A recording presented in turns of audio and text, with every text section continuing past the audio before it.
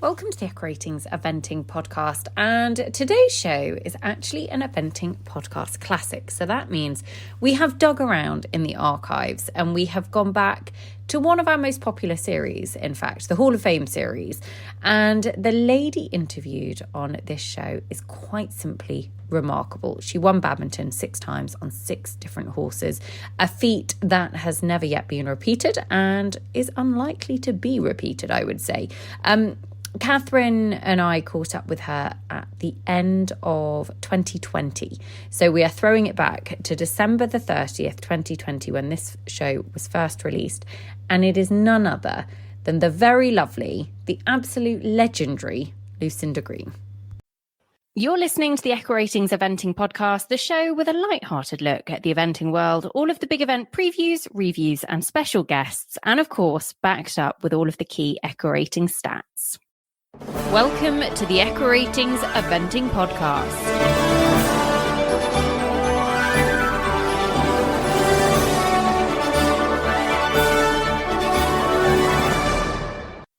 Welcome to the Equratings Eventing Podcast, and we have got, listeners, a Hall of Fame episode for you. And the next person to come on the show is somebody whose name has been bandied around from the very start. Catherine Austin is with me once again. Catherine, I am very much looking forward to hearing from this person.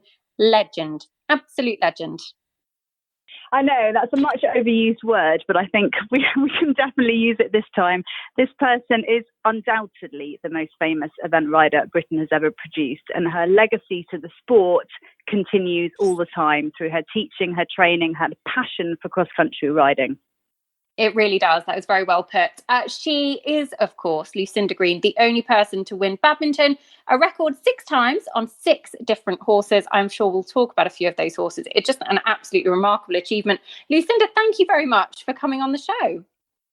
You two do flatter me. I'm so chuffed to be speaking to you both. Thank you. And I must say, I find it rather an extraordinary time of my life, this, because people keep doing these sort of this is your life bits, and so far I've managed to cry every time, so I hope I don't do it to you. Oh, I don't know, I might be disappointed if we don't make you cry now. Well, I think I'm getting used to it now, so I might not. Oh well, we'll see. Lucinda, let's go back to the very beginning, your childhood. Tell us a bit about your childhood growing up and where the love of horses came from. It's a really good question, and I think it was in the blood. Dad was brought up with horses, played a lot of polo up until the war, and Mum hunted. So I think horses was in their blood, but not in the crazy way it's become now. But it meant that they were quite happy for ponies to be a part of my growing up, but they would never let me have a pony until I'd learnt to ride. I think when I was 4, Lavender was produced, a little white bundle of fluff that I think an aunt had lent that was very old and potted around and didn't do very much. And then I said, love a pony. And she said, well, you can't have one, Mum. Said, until you've learnt to ride. And so we had the most brilliant local riding school belonging to Betty Skelton, who's a very, very well-known showing side saddle lady, a huge knowledge and very, very good at teaching. And I used to go there twice a week, Tuesday and Thursday, on the back of my nanny's bicycle. Quite a long way. I mean, it's 3.5 miles. And then Mr. Plod came along and stopped us, and he said, it's not safe and you're not allowed on the back of a bicycle. So we had to take the bus 1:20 from the local spot in the village, and off we went. And anyhow, Mrs. Skelton was wonderful and taught me a lot about how to ride and look pretty, and lots of exercises on horses, flinging your legs around, doing all the things around the world. I'm sure you remember. Lots of no stirrups. It was a wonderful education, and she also gave me the opportunity to ride in some shows on the ponies that she'd bred, some at the beginning in the leading rein. And then I remember when I was 10, Richmond Royal Horse Show, I was on the 13-2 and riding free, without a leading rein or anything. And it was just one of the most exciting times of my life to be in that main arena, the Richmond Royal Horse Show. But I wasn't a showy. If I got to a show 2 or 3 times a year, that was brilliant. I wasn't like I was doing it every weekend in a professional sort of way. So that really brought me on to my 8-year-old Christmas present was Jupiter, the New Forest pony, who was bought for £125 from a local pony club family, and he was absolute gem. Probably taught me two of the greatest lessons of my life by actually not being a particularly good pony. He didn't really enjoy jumping, he didn't really enjoy going anywhere. He just was quite a lazy New Forest pony, but very, very sweet. And he had a brilliant method of taking off in front of a fence and landing in front of it, which would send me sailing straight over the fence without it. So he taught me, and it was duty special. We used to giggle about it, but it did teach me to sit jolly tight. And by sitting tight, I mean sitting late. And that's one of the hallmarks of my success, was really that I did get, after a huge amount of wonderful teaching from Pat Burgess, I did get a seat that could survive quite a lot. And he taught me, as well as that basic seat, he taught me two other amazing things that stood me in such good stead. And I really do think I could owe him my 6 badminton wins, as well as an awful lot of other wonderful people that helped me, because he taught me the timing of hitting a horse, because he didn't really want to jump. So I had to learn how to whack him with the stick, which, I mean, at my size, age 8, 9, 10, wasn't going to make much difference to him. But the actual urgency of the urging and the timing of doing it was something I've never managed to teach anybody else. And he taught me that timing. And the other thing he taught me was to have very, very soft hands on the landing of a fence, because if I touched his mouth over a fence, he certainly wouldn't jump the next one. He didn't really want to anyhow, but he certainly wouldn't if I touched his mouth. So I learned the huge thing of fingers that open and let the horse take whatever they need as they land over a fence. And it's only really in recent times I've realized that was probably the reason 6 such incredibly different horses, and some of them not that talented, were prepared to give their absolute all and go around Badminton for me, because they never, ever felt that they were going to have their freedom, their head and neck, which is ultimately their 5th leg, interfered with. And that's because Jupiter, aged 8, had taught me that. So that was 125 quid, very well spent. Lucinda, why and how eventing? How did eventing come into your life? Easy question to answer. My goodness, I thought I'd be a show jumper, because that was all the rage. So we used to go to the next pony was a little bit better, Irish Connemara thoroughbred called Seasway. And actually she was a very, very good pony indeed, but she came to me absolutely grass green. So we did spend quite some time with front legs one side of the fence and back legs the other. But then we did get going, and she took me some show jumping shows. I remember going to Newbury Agricultural Show, which is quite a reasonably big show even in those days. And we went in and we did our round. I can't remember what happened, came out, and it was all good fun. And then we listened as the others went in, and the children's parents were so appalling to them. And there was so much of, why did you do that? And that wasn't any good. You rode that really badly.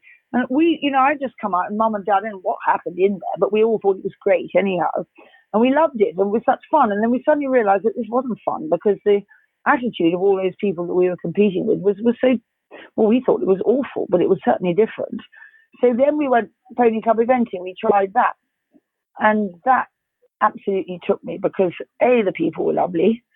Nobody really thought they were going to win. None of us knew if we'd even get round.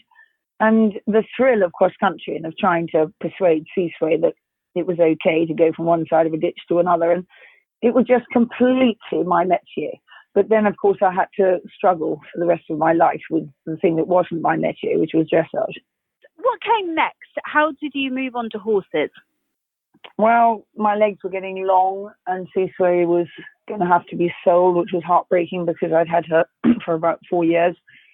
And we were looking in the horse and how we didn't know how you find a horse, but we knew we needed another one that was a bit bigger than Seasway.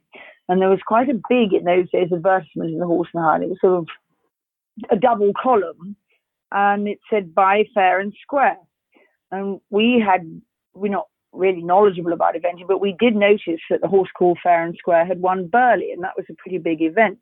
So this horse must be amazing if he was by Fair and Square. We didn't stop to think that Fair and Square probably wasn't a stallion or anything like that, which he wasn't. But in fact, he had begat Be Fair in a yearling. He jumped over the fence into a thoroughbred mare's field as a yearling, and he was the father of Be Fair. Anyhow, we went up to see this horse. It was for sale I remember the prices because they're so crazily different to now. For £525, and he was 5 years old, and he was at Hagley Hall in Warwickshire near Birmingham in a livery yard, and we got there, and this rather nice looking chestnut, quite tall for me, he'd come off 14.2, he probably measured 16.1, but he had a big wither, and he looked very pretty and nice neck and everything, and nice big eye, and got on him, didn't really notice any of this in those days, and there was no jumps, and I thought, well, I can't buy a horse without jumping him. The only thing I could find to jump was the post and rails up the side of the drive that was the other side of a grass verge. So I just sort of pointed him at them. I mean, God, honestly, I can do it now. And he jumped them, and Mum saw my face, and she said, "That we've got to buy that horse. That smile on your face when that horse jumped those post and rails." So we bought him, and at that point, my dad was bound up in containerizing British freight.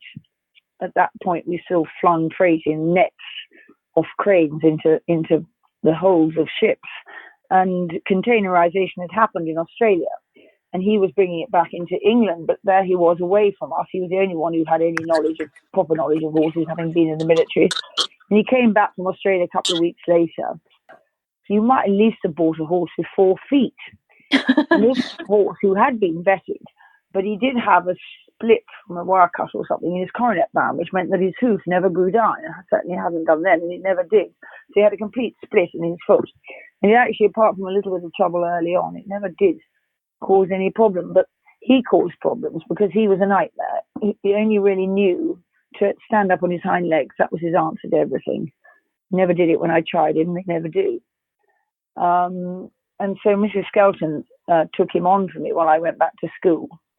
And then some friends took him on because he wouldn't even go down the road without, rearing and spinning. And he was a little brat. And they had a lingerie out of the window of the Land Rover. They followed him down the road with one of them on him and one of them in the Land Rover. And they did an amazing job. They made it possible for me to have a bit of a summer with him in the pony club. But then the real turning point was when he went to Tom Payne in the Pytchley in Northamptonshire. And he hunted him and was brave enough the very first day he had him out hunting. He'd not even ridden him before. He didn't even know if the horse could jump. Hans went, and he had the alternative of turning around and going back out the gate, which any sensible young horse probably should do, or going straight to the corner of the field, it was the only jumpable place out, and following Hans. And he had enough guts to do that. And basically, the horse never looked back after that, and that's why you and I are talking now. Amazing. And he took you to your first badminton win, which was 1973. You were only 22 when you won badminton for the first I think time. I was a lot younger than that. Oh, were you? My maths is wrong. My maths is wrong. Yeah. Extraordinary, because we went to our first sort of novice event, and it all felt very strange and different. But again, using what Jupy had taught me, because to be fair, was quite a shy horse. He was very, very intelligent, but he was careful and shy. I had to give him quite a few wallops, and that's where Jupy stood me in such good stead. And he graduated through novice, intermediate, and I fell off at my first intermediate, and I fell at my first advanced, which was at Wiley. First time either of us had ever had a horse fall, which was 100% my fault for coming up one of those steep Wiley hills and not doing anything about gathering him up before the fence on top.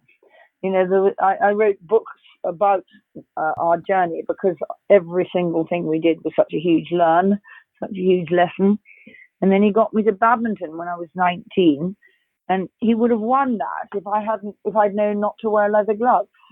And yet another thing learned at the expense of a run out at Tom Smith's walls. I pulled on the rein, and he just continued straight past the second one because he never felt it, because the sweaty neck made the leather very, very inadequate at holding the rein. He came fifth even with that run out.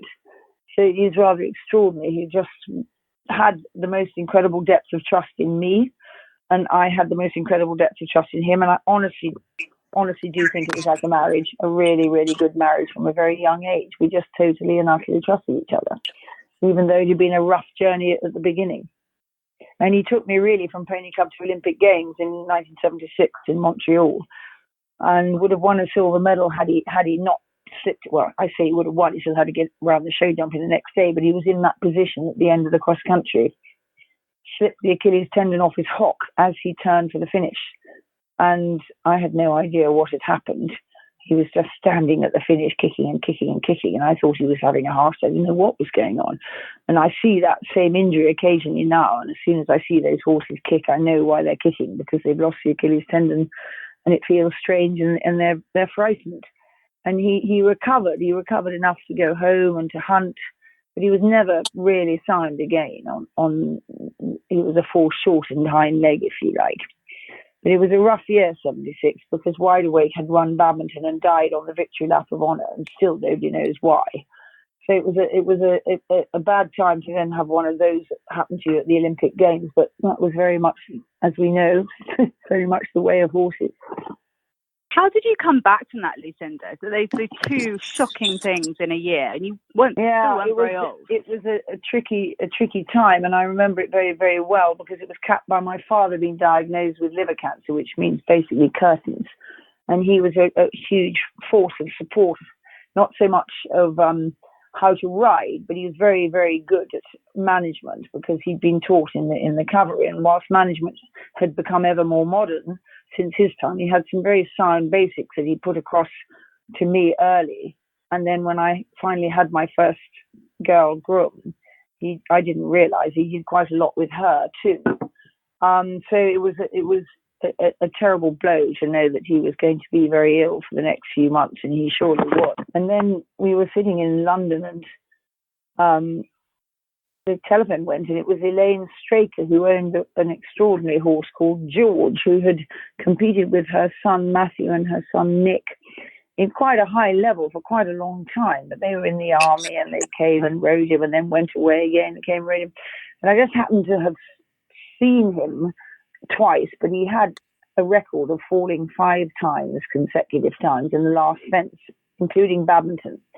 And I'd seen the Badminton one, I'd seen one at Brigstock, and there were 3 others. So I said, well, it's really, really kind of you, thank you. Let me just talk to my mum and dad about it. And they, with one accord, they knew exactly the horse it was, they knew exactly that he hadn't a great record. They just said, you must ride him. And I never forget that, because most parents would have said, oh, you can't ride that. But they knew that I had to get my mind on something else and not on Dad and all the things that had gone wrong. And so they were right behind it. And the preceding, that was in the sort of probably December, the preceding August, a month after I'd come back, or maybe even less, come back from Montreal with a still, be fair, intact, but only just. I had a strange telephone call saying, will you ride my horse at Burley? And I said, well, what is the horse? And the gentleman said, I can't tell you that.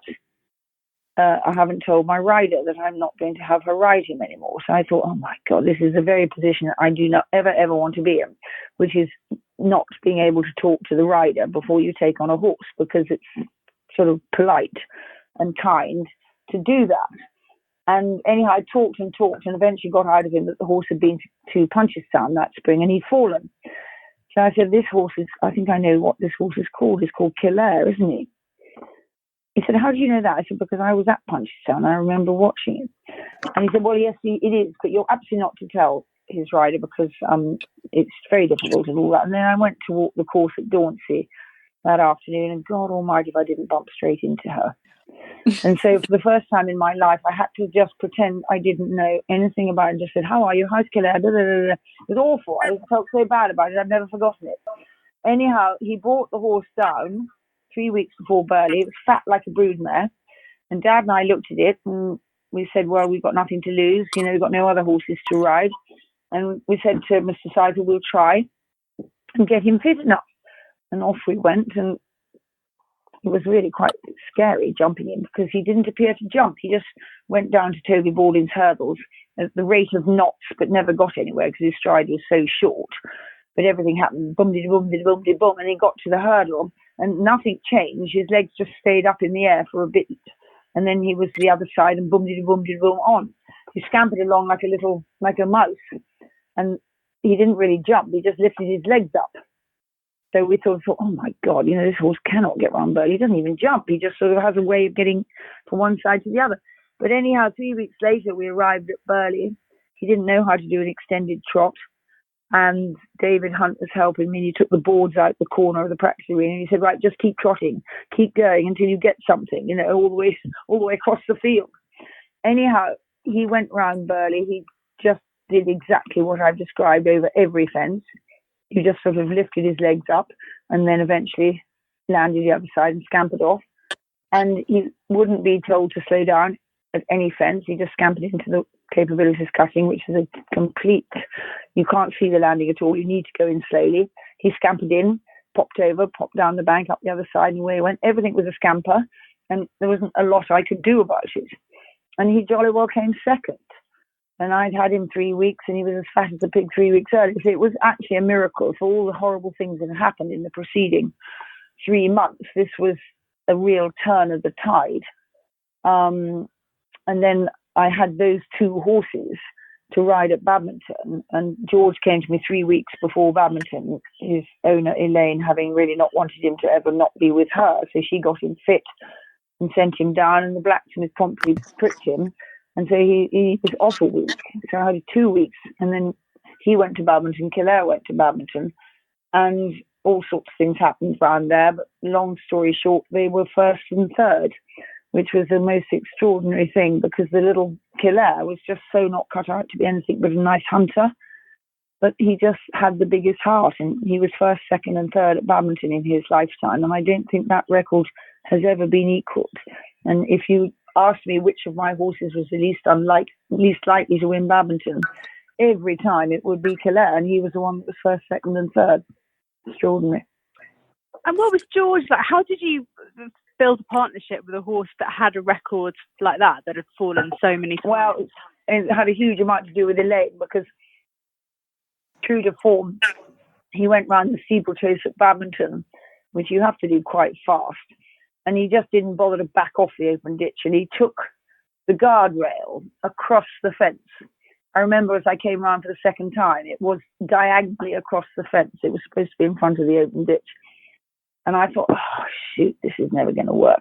I'd just come from a round with Kildare, who'd been the first horse in the world ever to jump a bounce into water, because Frank Weldon had designed a bounce into the lake, and nobody had ever done that before.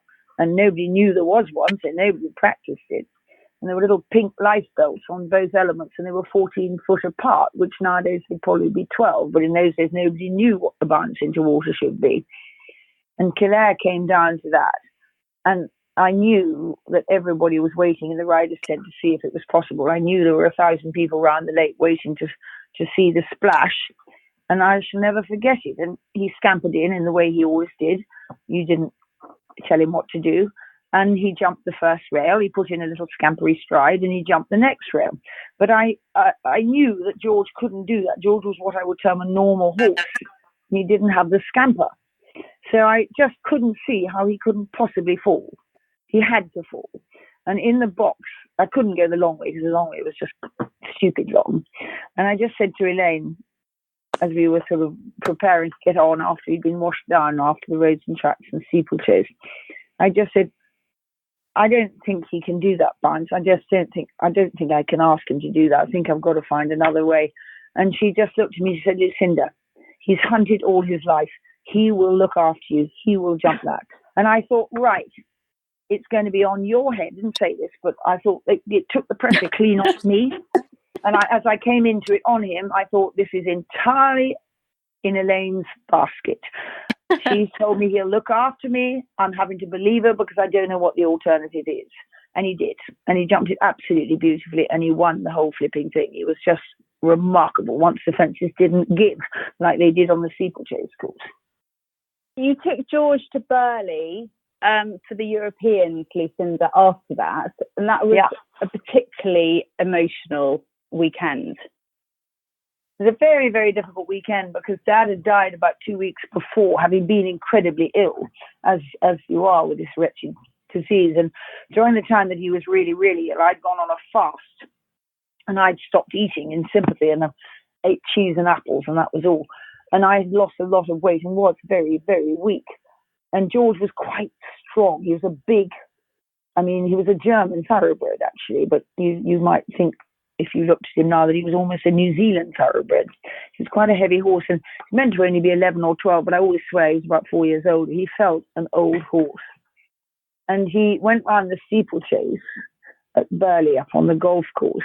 And I've had this trouble before. I think twice I've made this mistake at Burley. It's quite embarrassing, really. And I went down the wrong rope channel. I went down the finished rope channel when I should have gone down the second circuit rope channel. And as I realised what I'd done, there was absolutely no stopping and turning back because you just couldn't stop when you're going at 690 metres a minute. So I did the only thing that was left for me to do, which was pull him across the strings to get back into the channel I needed to be on to do the second circuit. So, of course, he stumbled incredibly, as you would expect, at full gallop. And I fell off in the middle of the steeplechase phase, and I hung on to the rein for all I was worth. He didn't even notice I was there. He just kept on galloping with me skidding along on my bottom. Eventually I screamed, "Whoa, George, whoa!" And he's, "Oh, so sorry, you down there, didn't notice." And he pulled himself up, and then I had to get on him, which was a nightmare because I was feeling so weak, but somebody, I think, threw me on.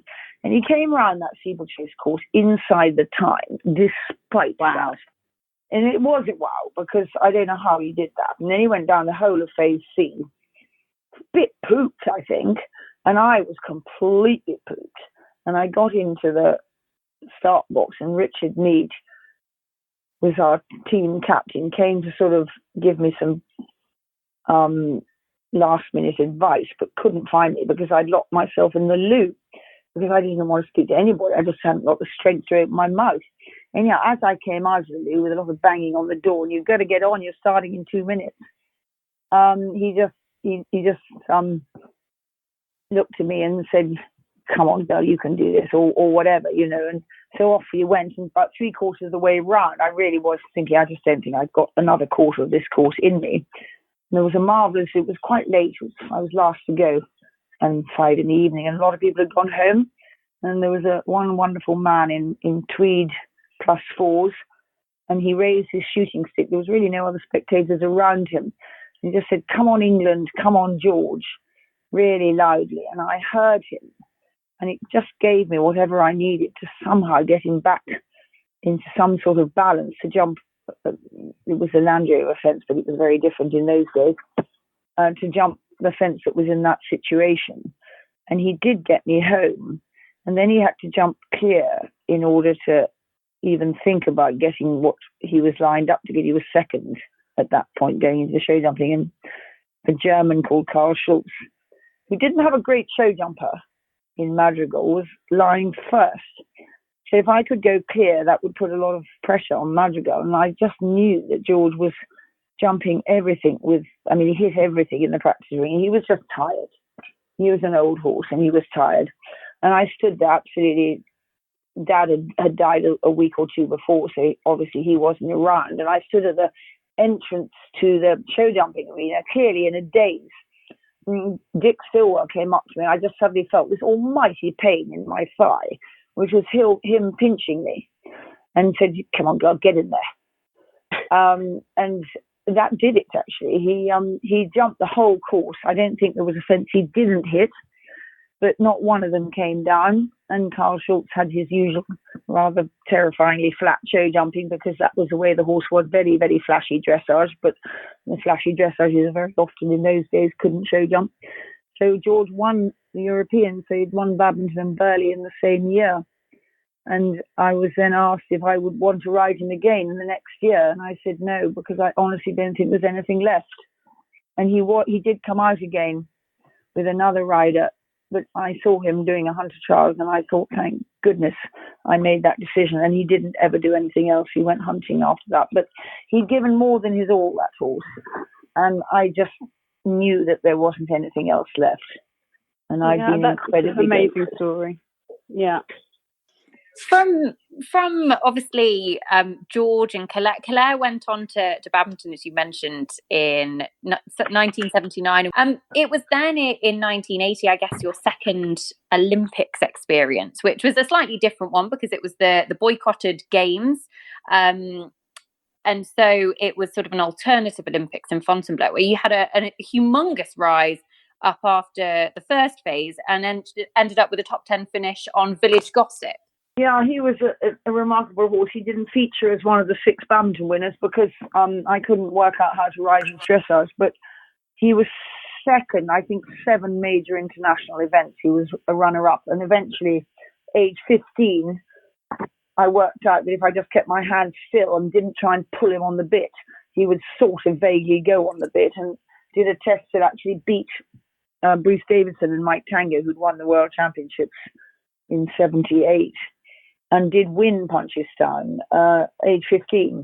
But up until then, he'd been second in many, many really good events, and he was a very interesting horse to ride because it was a bit like Hilaire, in that you couldn't tell him what to do, you couldn't slow him down, but with Rocket Boost, I mean, he was incredibly fast. He was a minute inside the time at Badminton, and all was fine. It didn't matter that he was so fast because he was brilliant, and he would always throw in a little stride and check what he was doing, and he never took a chance, but he never slowed down until he got within a few strides of the fence, and then he'd just go bum, bum, bum, bum, and spring over. And it took me a year to learn that this horse, you could not slow down. And he stopped quite a lot with me the first year that I had him. And he'd been around Burley as a 6-year-old with a wonderful girl called Katie O'Hara, who worked for the Brookboroughs of Northern Ireland. And he'd had a very checkered background as a horse. He came out of his mother vicious, and he would go for the people that tried to feed him as a foal. He was then bought by somebody who was learning to ride and went hunting on him. So his mouth vanished in that time because he was a very sensitive thoroughbred, and the double bridle and the person learning to ride swinging on his mouth gave that up. And then the Brook was bought in for a song because he was impossible and he wouldn't go forward, backward, or any which way. And I mean, they had to do all sorts of things that aren't in the manual of horsemanship to just get him to move. And not whipping, because he doesn't make a damn bit of difference whipping. You had to do all sorts of things to get him to just go forwards. And eventually, he, with Katie, went to Burley, did this fantastic round, and was bought by a very, very kind sponsor who was Ted and Liz Edgar's sponsor from Everest Double Glazing, David Kingsley. And he bought him, and here we are going up the ladder now. We're paying £6,000 for a horse that's been around Burley. And I felt this terrible pressure, because he'd been bought for me by the company that was sponsoring me, and I was the first person to get sponsorship. And here was Village Gossip that was meant to be their flagship bearer, and I couldn't ride him. He stopped with me. And there was one day, I remember it right now, where I was hacking, and I just was in floods of tears because I just didn't know what to do. And I thought, right, you're going to an advanced event at Rushall on Saturday. You're just going to drop the ranging and let him go as fast as he flipping well wants. This was me talking to me. This was nobody else's idea, because nobody would have been stupid enough to say that. And I did it, and he won it. And he never, ever, ever looked back. And I learned from him that sometimes there are horses that you don't tell anything to. You do everything with your body and nothing with your hands. And the pace doesn't appear to slow up as you come to a coffin. You just stay sitting, and you just wait for them to put their own little bomb in. And therefore, because he did this way, he got incredible times across country. But it did come back to bite us at the 1978 World Championships in Lexington, which were under something like 95% humidity. And everybody was trying to go slowly. And the team that won in the end was Canada, because they put in 4 slow, clear rounds. And there was no question of being able to regulate Village Gossip. So he went round the steeplechase course in his usual lightning speed, about 15 seconds inside. Went round the cross country at the same speed, and the first time in his life the corks came out, and he got 3/4 of the way round, and he fell over a fence into some water. And he'd never in his life fallen, because he'd never ever been tired. And that was really, we both emerged from that, it was called the Serpent, from that very chalky, dirty water in a totally different color. He was sort of cream and I was sandy colored. And of course you had to get on and finish, because you were first to go for the team. And he did actually go quite slowly from then to the finish, first time I've ever known it, because he was really, really tired. And it was then that I learnt really that eventing isn't a team sport. it's an individual sport, because I wanted to stop and I couldn't. And my chef d'équipe didn't even recognize me as I came through the finish. He thought I was the Argentinian who was actually the first to go and hadn't made it to the finish. And we were so different in color that he didn't realize who we were. But anyhow, we didn't have to show jump the next day, mercifully, because the team had been well sort of beaten up. He wasn't anywhere in the reckonings. And interestingly, his heart rate, which a normal horse's heart rate at rest is 40, and his heart rate had always been unbelievably slow, 20, which I think is why he was such a dynamo of a horse.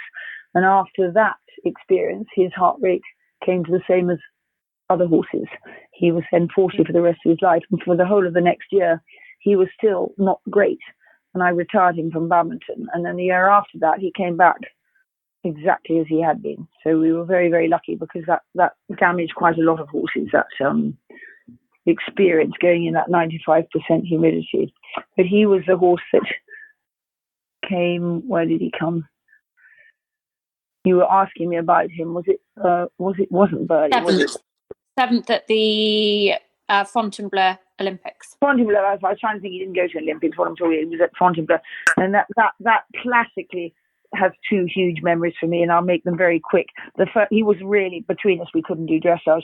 We had Ernst Backinger from the Spanish riding school helping our team, and just before I went in, I suddenly got a panic, and I said, Ernst, is it 4 rein-back steps or is it 5 in the test? And he just looked at me and shook his head in a very dry Austrian way, just said, it doesn't really matter, does it? So I was fine. It was probably the best he could have said, because it made me laugh, despite being about to do dressage test. And then he went roaring into the second fence on the cross country, which was called Napoleon's Hat, which was a conical mound about 30 feet high, maybe 40 feet high, maybe 20 yards up there over a log on the top, not very big, second fence, and down the Napoleon's Hat the other side. And he went storming up there, and I can't slow him down. I have to just wait for him to do what he does. And he said, oh, that looks pretty small, and stood off a mile, which he never used to do. And of course, he never came down. It was flying through the air for ages. And I thought, this is it. We're finally going to have a fall. And he didn't, bless him. And that was 2 years after Lexington. He was in such good form again by then. And he actually did somehow land nearly at the foot of the damn cone of the bank. And he went on and did a brilliant, brilliant run. He moved up from, I think, second bottom to seventh. He was an extraordinary horse. He taught me a huge amount about extraordinary horses. And I think he's been one of the reasons I find teaching so fascinating, because every now and again you see a horse a little bit like him, but they've never been quite like him.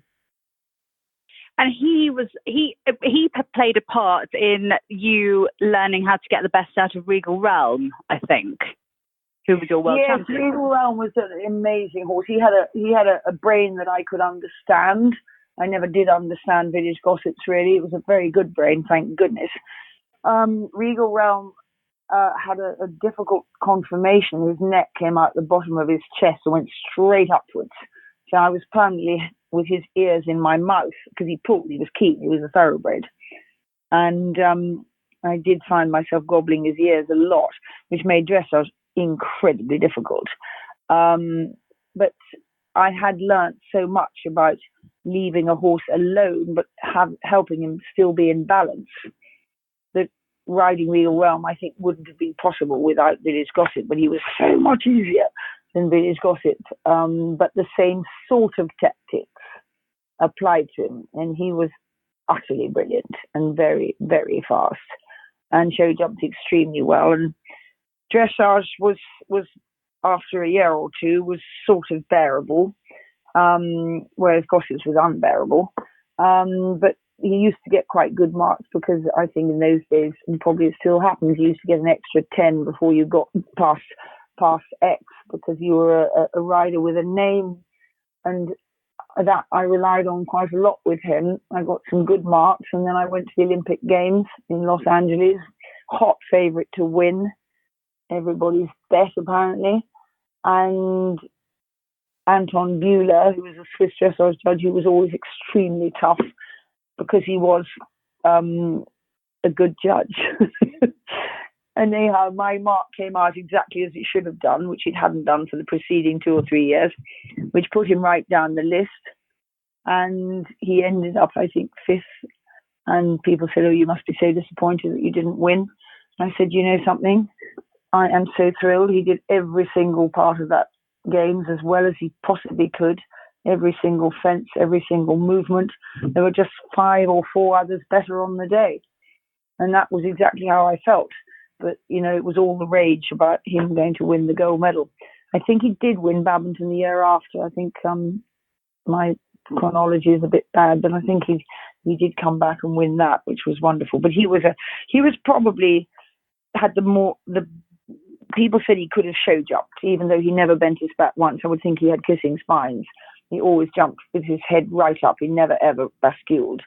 But he had scope in that rather interesting kangaroo fashion. And people that know about these things, which I don't, said he could have been a show jumper or an event horse. So he's probably the most talented horse I rode.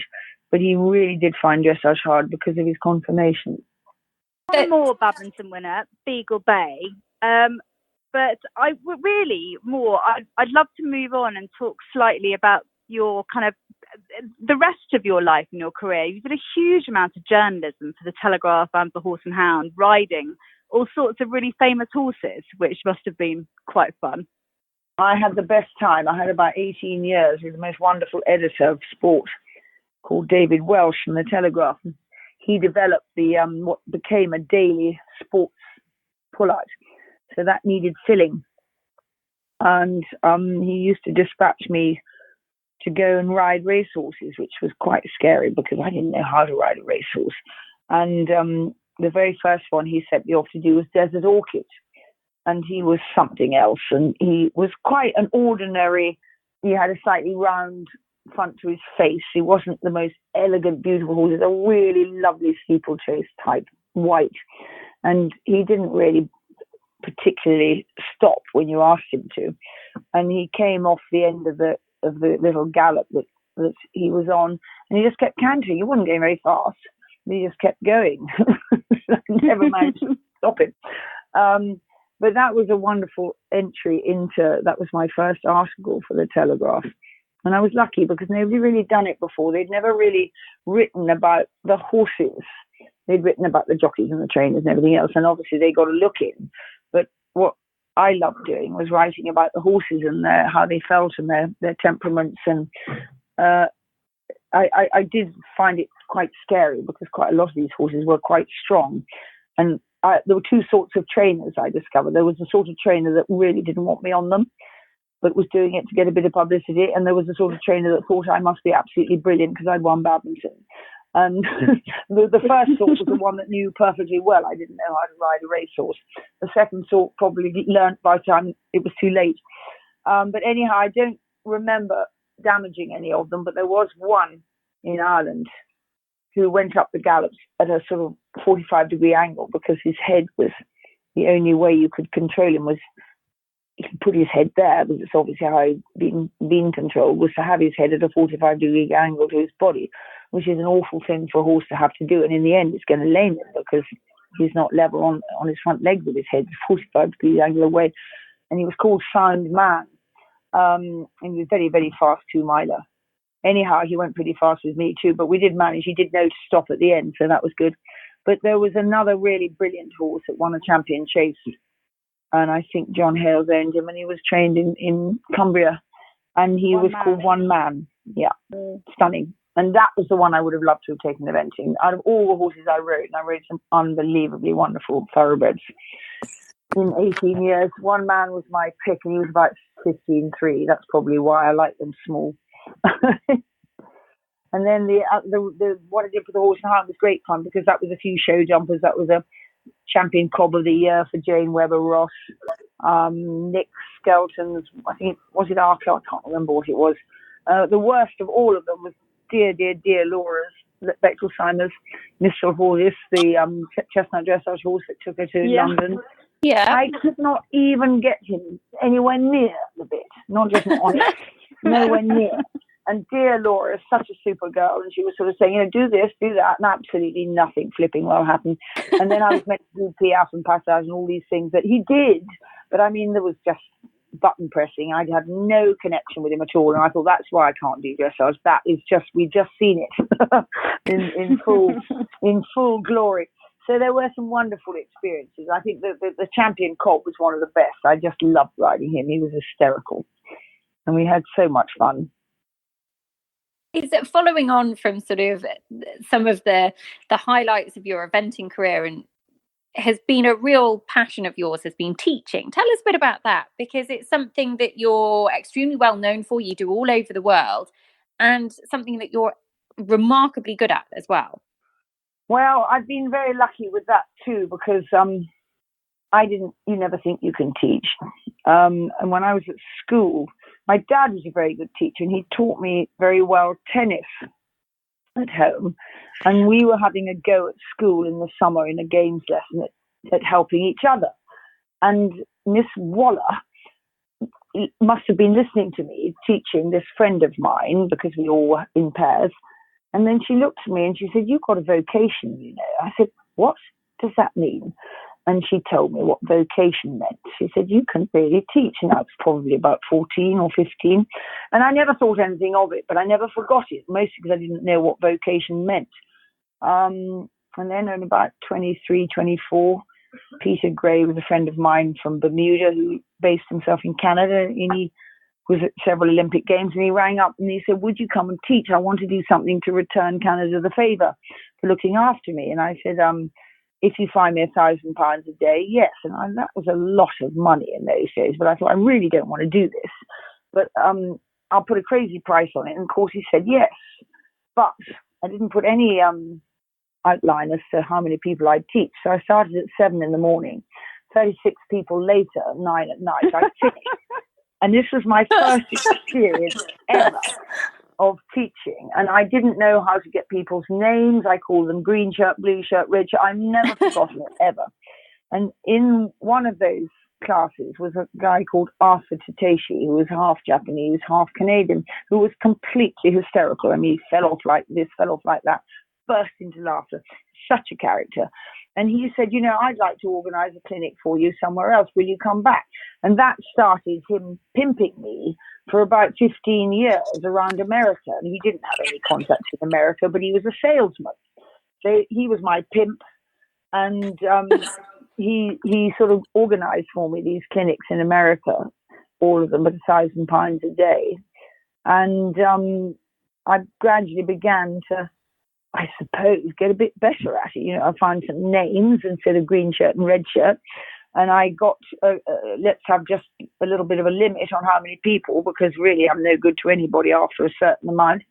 And gradually, and it really was trial and error, I sort of formed a way of teaching. And really what I was aiming at all the time was that they would feel safe and happy enough to enjoy cross country as much as I did, and that they would understand how a horse thought and ride it appropriately.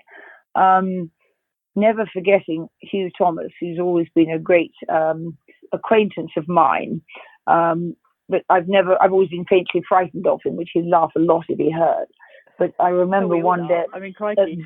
Yeah, exactly. He was a very, very intelligent man. One day at Badminton, I said, Hugh, that quarry coming up at fence 5 or 6 or whatever, that's terribly early for a horse, because he still hasn't really got used to the whole thing of being at Badminton with all the crowds, and he's still not really thinking in the way that you need him to think to go into the quarry. He just looked at me in typical Hugh fashion and said, "How do you know what a horse is thinking?" And I just said, "I don't, but I just sort of do." And of course, I have no idea how you know, and you don't always get it right, but you do get a very good idea. And that was something I loved to put across to people who maybe were thinking that their horse was a motorbike a little bit.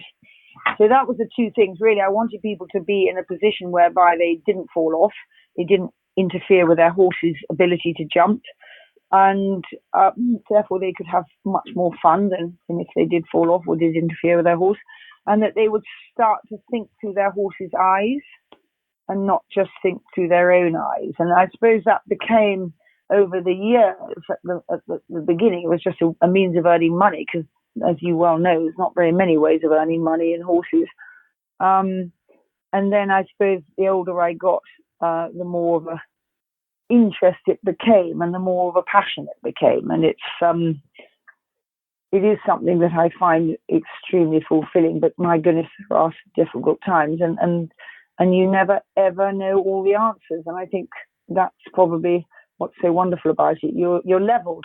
You know, you know a lot, but you've done 10,000 hours or whatever it is, but there's still so much left to learn. And I often wonder how I ever rode with as much good fortune as I did, because I've learned more since I stopped riding at a high level regularly. I've learned way, way more teaching than I ever knew when I was riding. So it's been a huge journey of learning too, as well as teaching. Sometimes I say to the people in my class, you know, I should be paying you for this. I've learned so much from this class. And it's true, you do. You learn a heck of a lot. It's wonderful. And of course, you continue to compete yourself, and you know, I'm sure will continue to do so. But you've also, your daughter rides at the top level. What's it like having a child competing and doing what you did in a very different era to you? Well, it's absolutely amazing and fascinating, and I think I did try really hard to put her off, because I knew where the life led. I've had the most amazing, incredibly exciting journey, and I don't think it's finished yet unless I go under a bus tomorrow. But I also knew that it led you to very little financial security, and probably to pretty disastrous personal life, because you're so single-mindedly with the horses. When my darling son told me he was going to marry the lovely Kiwi Lizzie Brown, who was a successful eventer over here for a time and then went back to New Zealand, he said, I think I'm going to marry her, Mum. I said, just watch out, Freddie, because she's an eventer. She's a horsey person. She will always put our horses before you. And he just looked at me and he shook his head and said, I know, Mum. So I think he'd had a pretty good upbringing to be able to cope with being married to an event rider, because he'd actually had to deal with it not being horsey himself all his life. But where were we when I deviated into Freddie's talk? Lisa. Yes, I did try and put her off. I tried really hard, because I didn't think it was a life that bore much fruit, and I absolutely didn't have the money, and it is an expensive game. And so, poor girl, she got all these other people's lent horses that were, you know, good for her. She learned to ride, but they did land her in a few ditches. And she was incredible. She got an Appaloosa around an intermediate at quite a big event, actually. I don't think it ever went again after that, but she just made it happen. And she had tremendous courage, but I still hoped that she wouldn't do it. And as you know, if you don't want somebody to do something as a parent, they always do, don't they? So it became quite clear to me when she was sort of mid-20s that she'd sort of taken herself off and done other things. And I hoped that was it, but then sort of came back to it. And that's why she's a bit older than some of her peers, because she actually didn't get any encouragement from me at all for the first sort of half of her 20th decade. And then I realized that she had the bug, so I'd better get on and try and help her as best I could. So I increased the teaching. I went a lot further around the world for a lot longer and tried to help her. And she started to develop her own little band of owners through her Facebook. She's a very, very good communicator. She's had a lot of things go wrong. She had her best horse that went beautifully around Badminton, then destroyed by fireworks just a week before Burghley. And 18 months later, we hoped we got him back, and he was third in an event in Portugal this March. But then by the time we got through this summer and we were hoping to go to Po, the injury that he'd sustained to his meniscus and his stifle, it came back, and there was arthritis, and the hind suspensory went in sympathy, and he was basically done for. And it was deeply disappointing, because she sort of got him as a pretty failed horse, and he'd really done incredibly well. He'd been in Sweden with a gorgeous family, but he'd sort of a little bit walked all over the the lovely girl that owned him, whom we adore and keep very much in touch with, and had gone to another more professional rider, and they'd done a bit with him, and then he got sold, and he was really quite bad at show jumping. He had 44 penalties in his first event with Lissa. And she and Dickie Waygood really got together and worked with him and produced a really, really good show jumping round out of him. He was always a very good cross-country horse. And the other tussle was the dressage, but it was coming. And so that is hard to get a horse to the top, but it's very, very devastating when they're taken away when you still have a few years left. Anyhow, that same fireworks did actually destroy a whole string of horses that we had sort of ready, 4 years old, 5 years old, 7 years old, 8 years old, sort of, the timeline of horses that we had ready, the whole lot. We didn't realize at the time, but they all produced injuries later on that could be traced back to an injury from shooting away. So it was very, very, very sad. But, that's life. Life is tough, never meant to be easy. And she's building up again, slowly, slowly. And some wonderful, wonderful owners have stuck with her. And money is not what we have, but she has a lot of graft and a lot of ability. And I love watching her ride because she's got more than I have. She's got that wonderful ability to understand horses. She's very, very quick to react. She's very, very brave, but she's got more feel than I had.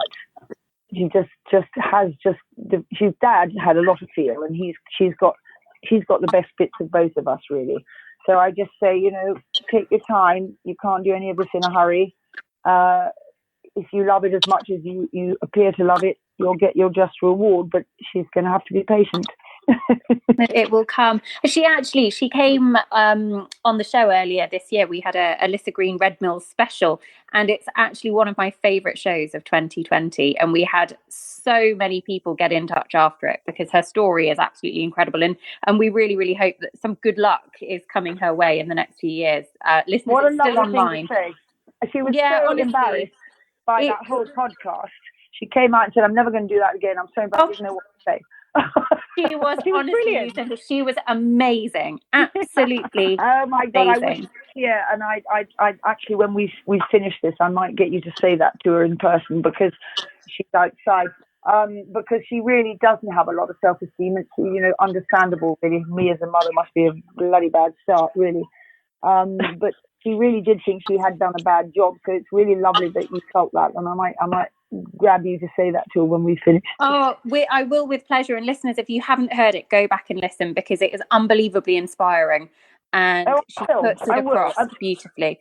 To talk about, but thank you so much. It has been it's been an incredible career, and I think one of the things that shines through for me is they haven't always been the easiest of horses. It hasn't always been the easiest of journeys.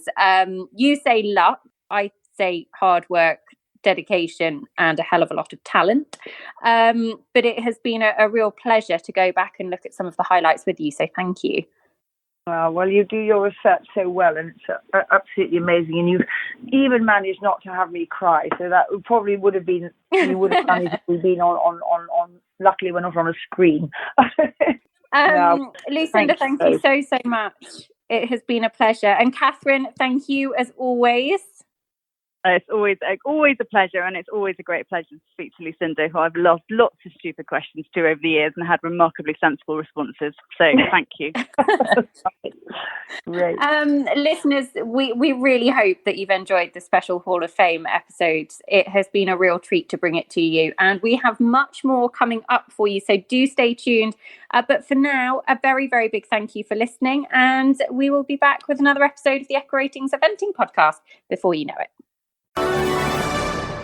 Thank you for listening to the Echo Ratings Eventing podcast. This podcast is available for free on iTunes, Spotify, Podcast Addict, or wherever you usually listen to your podcasts. Make sure you subscribe so that you don't miss an episode. Find us at eventingpodcast.com or search Eventing Podcast on social media. There you have it, listeners. Another Hall of Fame show for you on Eventing Podcast Classics. And as always, we have the most enormous back catalogue of shows. So I think there's about 500 of them now. So if at any point you think, what should I listen to? Go digging through the archives, because who knows what you might uncover. I really hope you enjoyed this show, though, and do stay tuned because we have got more planned in the Hall of Fame series very soon.